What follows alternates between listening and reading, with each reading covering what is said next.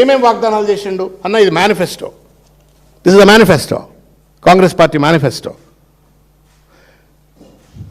విద్యారంగం, ప్రతి విద్యార్థికి 5 లక్షల విద్యా భరోసా కార్డు ఇస్తా అన్నారు. మోసం. ప్రతి విద్యార్థులకు ఫ్రీ ఇంటర్నెట్ వైఫై సౌకర్యం కల్పిస్తాం. మోసం. భారతదేశంలోనే తెలంగాణ రాష్ట్రాన్ని ఒక నాణ్యమైన ఎడ్యుకేషనల్ హబ్గా వచ్చే 5 ఏళ్లలో తీర్చిదిద్దుతాం. లా కాలేజ్ పరీక్షలు ఇట్లా కండక్ట్ చేసేటోళ్ళు ఎడ్యుకేషన్ హబ్గా తీర్చిదిద్దారా? మోసం. ప్రతి మండలానికి అధునాతనమైన సౌకర్యాలతో అంతర్జాతీయ ప్రమాణాలతో కూడుకున్న ఉన్నత పాఠశాలను ఏర్పాటు చేస్తాం. ఉచిత ట్రాన్స్పోర్ట్ సౌకర్యం కల్పిస్తాం. ఉన్న స్కూళ్ళను బంద్ చేస్తా అంటుండు రేషనలైజేషన్ పేరు మీద. ఉన్న స్కూళ్ళను బంద్ చేస్తా అంటుండు. తలా తోకా లేనటువంటి ఒక మన ఆర్ఎస్ ప్రవీణ్ కుమార్ గారు కూడా మాట్లాడినట్టున్నారు ఎలాబొరేట్గా. ఎడ్యుకేషన్ పాలసీ అని చెప్పని రేవంత్ రెడ్డి పాలసీని అన్వీల్ చేసి పడేసినారు. నాకు బాధ కలిగింది. అకునూరు మురళి గారు లాంటి వాళ్ళ, తర్వాత పెద్ద పెద్ద ప్రొఫెసర్లు అంటున్నారు, వాళ్ళు రాసినటువంటి ఒక commission report Revanth Reddy CM ఆఫీస్లో కూర్చొని రాసిస్తే దీన్ని అన్వీల్ చేసిందో అర్థం కాల, లాంచ్ చేసిందో అర్థం కాల. తెలంగాణ రాష్ట్రంలో దాదాపు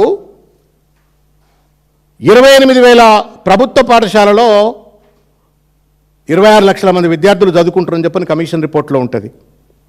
దాదాపు 13,000 ప్రైవేట్ స్కూళ్ళలో దాదాపు 50 లక్షల మంది విద్యార్థులు చదువుతున్నారు అని చెప్పని కమిషన్ రిపోర్ట్ చెప్పింది. No mechanism that they have introduced and talked about it. How do I manage and ensure that these private educational ఇన్స్టిట్యూషన్స్లో జరుగుతున్న లూటీని ఎట్లా కంట్రోల్ చేయాలా, రెగ్యులేట్ చేయాలని చెప్పని ఒక్క మాట మాట్లాడాలా?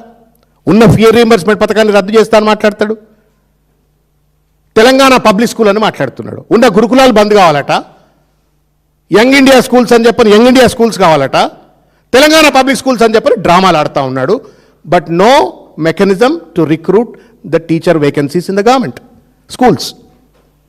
ప్రభుత్వ విద్యా సంస్థలో నాణ్యత ఎట్లా పెంచాలో తెలియదు. యూనివర్సిటీ నువ్వు 2 ఏళ్ళు అయిపోయింది, మరి why is that you are not recruiting? KCR గారి హయాంలో రిక్రూట్మెంట్ జరగలేదని చెప్పని నెత్తి మీద నోరు పెట్టుకొని మొత్తుకున్నావు కదా. నువ్వు వీసీలను అపాయింట్ చేసినావు, మరి ఎందుకు వేకెన్సీస్ నింపట్లేవు? ఉట్టినే చెట్ల మీద ఇస్తార్లు కొట్టినట్టుగా వీడికి 1000 కోట్లు ఇచ్చినా, ఈ యూనివర్సిటీకి 1000 కోట్లు ఇచ్చినా అని చెప్పని స్టేట్మెంట్లు ఇచ్చాగానే వాళ్ళేమో గీతను ప్రేమించిండు, విద్యను ప్రేమించిండు అని చెప్పని వాళ్ళు సొల్లు కబుర్లు ఆర్ట్స్ కాలేజ్ సాక్షిగా వాళ్ళు మాట్లాడతారు. Why is that you are not doing the recruitment? నాటకాలా ఇదేమన్నా? విద్యా శాఖ ఇది, భవిష్యత్తు. 15% ఇస్తానడండి బడ్జెట్, 15% ఇస్తా అన్నాడు. We're the lowest in the country. విద్యకు బడ్జెట్ కేటాయింపు లోయెస్ట్ ఇన్ ద కంట్రీ. 10,000 కోట్ల రూపాయల ఫీ రియంబర్స్మెంట్ ఇవాళ బాకీ ఉంది. కళాశాలలకు సంబంధించిన వాళ్ళు ఆత్మహత్యలు చేసుకునే పరిస్థితి ఏర్పడ్డది. విద్యార్థులు ఆత్మ న్యూనతాభావంతో ఇవాళ కాలేజీలకు పోతున్నారు, ఫీజులు కట్టమని చెప్పని వాళ్ళపైన ఒత్తిడి తెస్తే. కోర్సులు కంప్లీట్ అయినాక సర్టిఫికేట్ ఇస్తలేరు కాలేజీలో, ఎందుకంటే ఫీ రియంబర్స్మెంట్ రాలే, వచ్చినాకనే ఇస్తామని చెప్పని. ఎవరి జీవితాలతో చెలగాటలాడుతూ ఉన్నారు రేవంత్ రెడ్డి గారు విద్యాశాఖ మంత్రిగా? మీరు ఎవరిని ఉద్ధరిద్దామని విద్యాశాఖని మీ దగ్గర పెట్టుకున్నారు?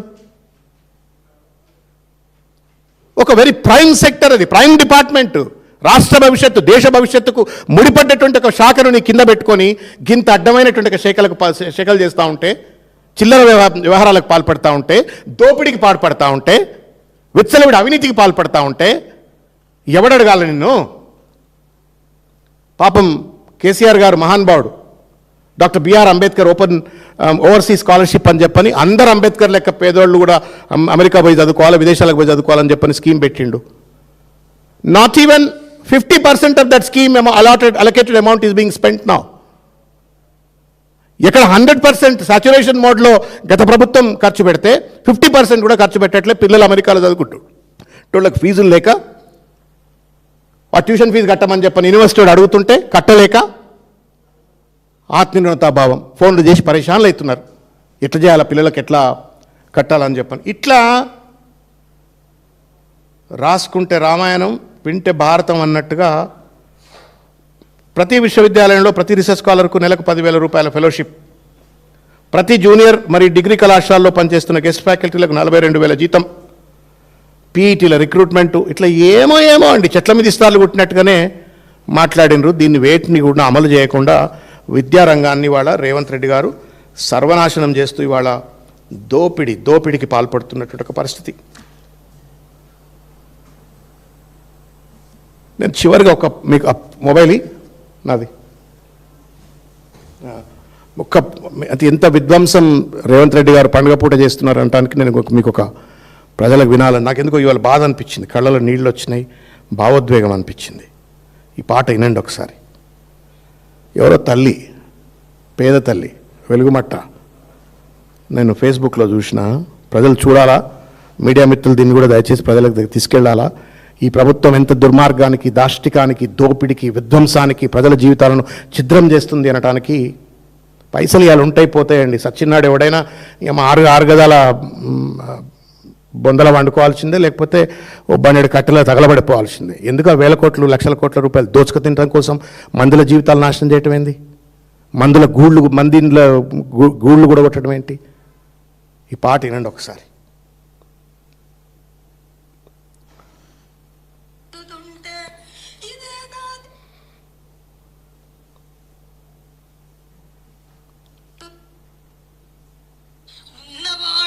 మేడ మీద మేడలెన్నో కడుతూ ఉంటే లేని వాడికి ఉన్న నీడే నేల గొరిగి కూలుతుంటే ఇదే నా దేశం మారిన తీరు చూడవే పేదల కలిపోరు రాష్ట్రంలో రాజకీయ జెండాలు తప్ప మరేమీ మారలే అడగవే అమ్మా ఈ భారతదేశం వెలుగుతుందట అడగవే అమ్మా అడగవే అమ్మా ఈ తెలంగాణ రాష్ట్రంలో 3 మంత్రులు ఉండి చూడవే అమ్మా.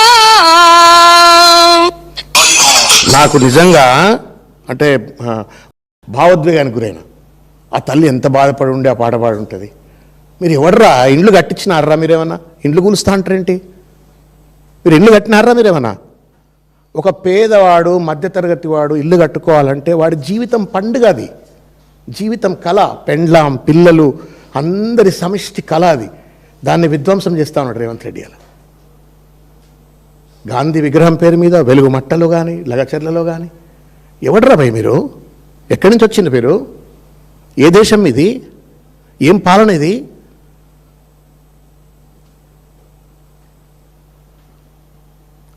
Thank you.